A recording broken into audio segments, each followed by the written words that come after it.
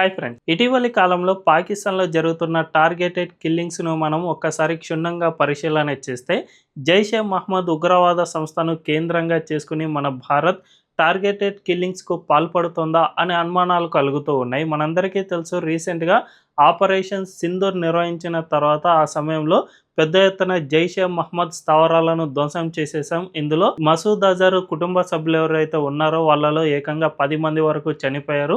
మొత్తంగా 100 మంది ఉగ్రవాదులు ఆ సమయంలో చనిపోయారు. తాజాగా మసూద్ అజర్ సోదరుడు తాహిర్ అన్వర్ సైతం మరణించాడు. ఈయన మరణం సహజంగా జరగలేదు, విపరీతమైన నొప్పి భరించిన తర్వాత అతను చనిపోయాడు అని వార్తలు వస్తూ ఉన్నాయి. గత కొంతకాలంగా అతనికి కిడ్నీ ఫెయిల్యూర్ సమస్య అనేది వేధించింది. ఉన్నట్టుండి కిడ్నీలు ఫెయిల్ కావడం, అతను హాస్పిటల్లో పాలు కావడం, అక్కడ విపరీతమైన నొప్పి రావడం, ఆ తర్వాత మరణించడం, ఇవన్నీ కూడా ఒక సీక్వెన్స్లో జరిగిపోయాయి. దీన్ని బట్టి చూసుకుంటే అంటే ప్రస్తుతానికైతే పాకిస్తాన్ ఐఎస్ఐ కానీ అక్కడి ప్రభుత్వం కానీ ఈ మరణానికి గల కారణాలను ఇంకా ధృవీకరణ చేయలేదు. కానీ ఆయన మరణించిన మాట వాస్తవం. అంతేకాకుండా అతను హాస్పిటల్లో గత కొంతకాలంగా నొప్పితో బాధపడడం కూడా వాస్తవమే. కాబట్టి ఖచ్చితంగా అతనిపై విష ప్రయోగం ఏమైనా జరిగిందా అనే అనుమానాలు కలుగుతున్నాయి. ఈ విషయాలను మనం ఈ వీడియోలో తెలుసుకుందాం.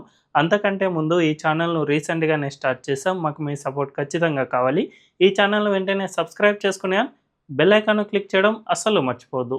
ఇక డీటెయిల్స్లోకి వెళ్తే, నిజానికి మనం ఒక్కసారి ఈ పాకిస్తాన్లో జరుగుతున్న టార్గెటెడ్ కిల్లింగ్స్ను పరిశీలన చేద్దాం. ఆపరేషన్ సింధూర్ టైంలో బహవల్పూర్లోని ఉగ్రవాద స్థావరంపై మెయిన్గా మనం టార్గెట్ చేసాం.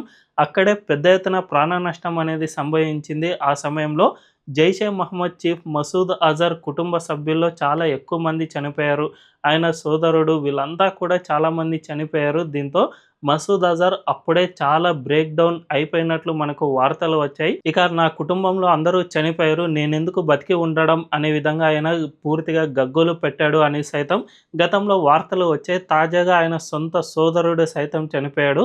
ఈ తాహిర్ అన్వర్ అనే వ్యక్తి జైషే మహ్మద్ ఉగ్రవాద కార్యకలాపాల్లో చాలా కీలకంగా పాల్గొన్నాడు అని కూడా మనకు తెలుస్తుంది. అతను గతంలో మన భారతదేశంలో మసూద్ అజర్ ఎప్పుడైతే అరెస్ట్ అయ్యాడో అతన్ని విడిపించుకోవడానికి మన భారతదేశంలోని IC-814 విమానాన్ని హైజాక్ చేసి ఆఫ్ఘనిస్తాన్కు తరలించారు. అక్కడి నుంచే మన భారతదేశాన్ని బెదిరించడం స్టార్ట్ చేశారు. సో ఈ హైజాక్లో ఆయన చాలా కీలకంగా పాల్గొన్నాడు. అంతేకాకుండా మన భారతదేశంలో జరిగిన 26/11 ఉగ్రవాద దాడుల నుంచి పఠాన్కోట్, పుల్వామా ఇలాంటి ఉగ్రవాద దాడుల్లో కూడా ఈయన చాలా కీలకంగా పనిచేశాడు అని తెలుస్తుంది. సో అలాంటి కీలకమైన వ్యక్తి ఇప్పుడు జైషే మహ్మద్ ఉగ్రవాద సంస్థ కోల్పోవడం అనేది ఆ సంస్థకు పెద్ద దెబ్బగానే మారనుంది అని మనకు తెలుస్తుంది. నిజానికి మన భారతదేశం ఆపరేషన్ సింధూర్ నిర్వహించిన తర్వాత 2 దేశాల మధ్య యుద్ధం అనేది మొదలైంది.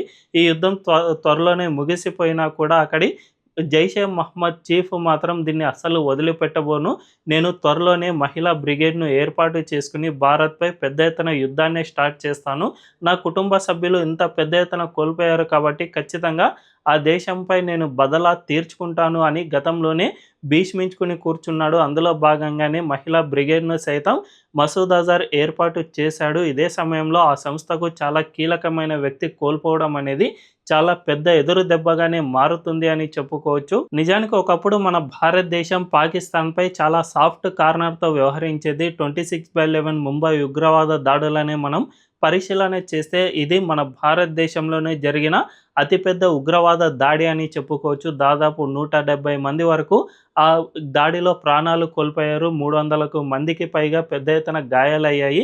వాళ్ళంతా కూడా కొంతమందికి శాశ్వత వైకల్యం సైతం వచ్చేసింది. అంత పెద్ద ఎత్తున దాడి జరిగినా కూడా అప్పట్లో కాంగ్రెస్ ప్రభుత్వం ఎట్టి పరిస్థితుల్లోనూ యాక్షన్ తీసుకోవడానికి ముందుకు రాలేదు. అప్పట్లో మన ఇండియన్ ఆర్మీ చీఫ్ సైతం కేంద్ర హోంశాఖ మంత్రి P. చిదంబరంకు ఒక లేఖ రాశారు. మీరు గనక ఓకే చెబితే, అంటే గవర్నమెంట్ నుంచి కనుక మాకు అప్రూవల్ వస్తే పాకిస్తాన్ను తుక్కుగా ఓడించేస్తాం, మా దగ్గర ఆయుధాలు అన్నీ కూడా సిద్ధంగానే ఉన్నాయి, కాబట్టి మీరు ఓకే అంటే మనం పాకిస్తాన్పై చర్యలు తీసుకుందాం, అప్పుడు మాత్రమే ఈ ఉగ్రవాద దాడులు అనేవి ఆగుతాయి అని అప్పట్లో మన ఆర్మీ చీఫ్ చెప్పినా కూడా P. చిదంబరం అందుకు ఒప్పుకోలేదు.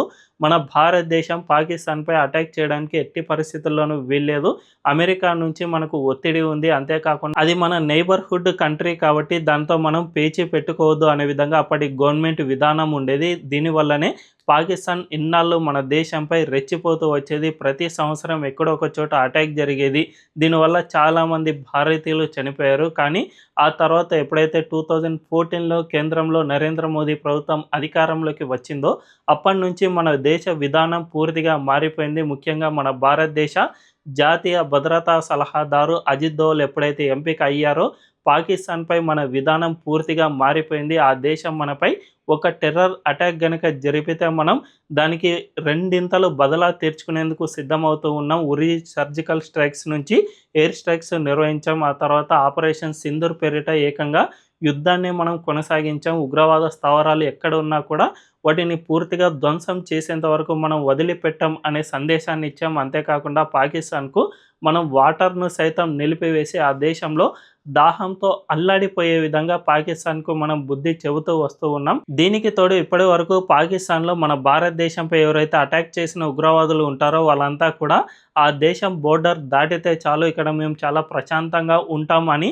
గతంలో వాళ్ళ భావన ఉండేది. కానీ ఇప్పుడు ఆ భావన పూర్తిగా తొలగిపోతుంది. ఎందుకంటే పాకిస్తాన్లో ఉన్న ఉగ్రవాదులను సైతం మన భారత ఇంటెలిజెన్స్ విభాగమైన రా వెంటనే వేసేస్తుంది. వాళ్ళందరినీ టార్గెటెడ్ కిల్లింగ్ పేరిట చంపేస్తుంది. దీనిపై గతంలో అనేక వార్తలు వచ్చాయి. ముఖ్యంగా మన ఇంటెలిజెన్స్ విభాగం ఆఫ్ఘనిస్తాన్లోని తాలిబాన్లకు వాళ్ళ ముఠా తగాదాలు లేకపోతే ఈ ఉగ్రవాద సంస్థలకు అటు ఇటు పడవు కాబట్టి తాలిబాన్లతో మనకు ఇప్పటివరకు కొద్ది వరకు స్నేహం ఉంది కాబట్టి వాళ్ళకు మనం కొద్దో గొప్ప సుపారీ ఇచ్చి వాళ్ళ నుంచి వీళ్ళందరినీ వేసేస్తూ ఉన్నాం.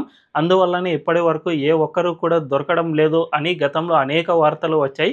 ఒకవేళ ఇదే గనక నిజమైతే మన ఇండియన్ ఇంటెలిజెన్స్ విభాగం ఒకప్పటి డిఫెన్సివ్ మోడ్ నుంచి ఇప్పుడు అఫెన్సివ్ మోడ్లోకి వచ్చేసింది అని చెప్పుకోవచ్చు. దీనివల్ల పాకిస్తాన్లో గర్మే గూస్కే మారెంగే అనే విధంగా మనం ప్రయత్నాలు చేస్తూ ఉన్నాం. ఆ దేశంలో ఉన్న ఉగ్రవాదులు సైతం ఇప్పుడు భయంతో వణికిపోయే పరిస్థితులు ఏర్పడుతున్నాయి. ఒకప్పుడు మేము ఇక్కడ స్వేచ్ఛగా బతుకుతాం అనే భావన నుంచి ఇప్పుడు మనం ఇక్కడ స్వేచ్ఛగా లేము అనే భావనకు వచ్చేసినట్లు సమాచారం. ఇక మిగిలిందంతా కూడా ఈ జైషే మహమ్మద్ చీఫ్ మసూద్ అజార్ మాత్రమే. అతన్ని త్వరలోనే మన భారతదేశం వేసేస్తుంది అని చాలామంది భావిస్తూ ఉన్నారు. ఎందుకంటే ఒక సీక్వెన్స్ పరంగా చూసుకుంటూ వస్తూ ఉంటే మన ఇండియన్ ఇంటెలిజెన్స్ విభాగం ఈ జైషే మహమ్మద్ కేంద్రంగానే పెద్ద ఎత్తున అటాక్స్ చేస్తూ వస్తుంది. ఇక ఆ సంస్థలో మిగిలింది జస్ట్ ఈ మసూద్ అజార్ మాత్రమే కాబట్టి ఇతన్ని కూడా త్వరలోనే వేసేస్తే మొత్తం పని పూర్తవుతుంది అని చాలామంది భావిస్తూ ఉన్నారు.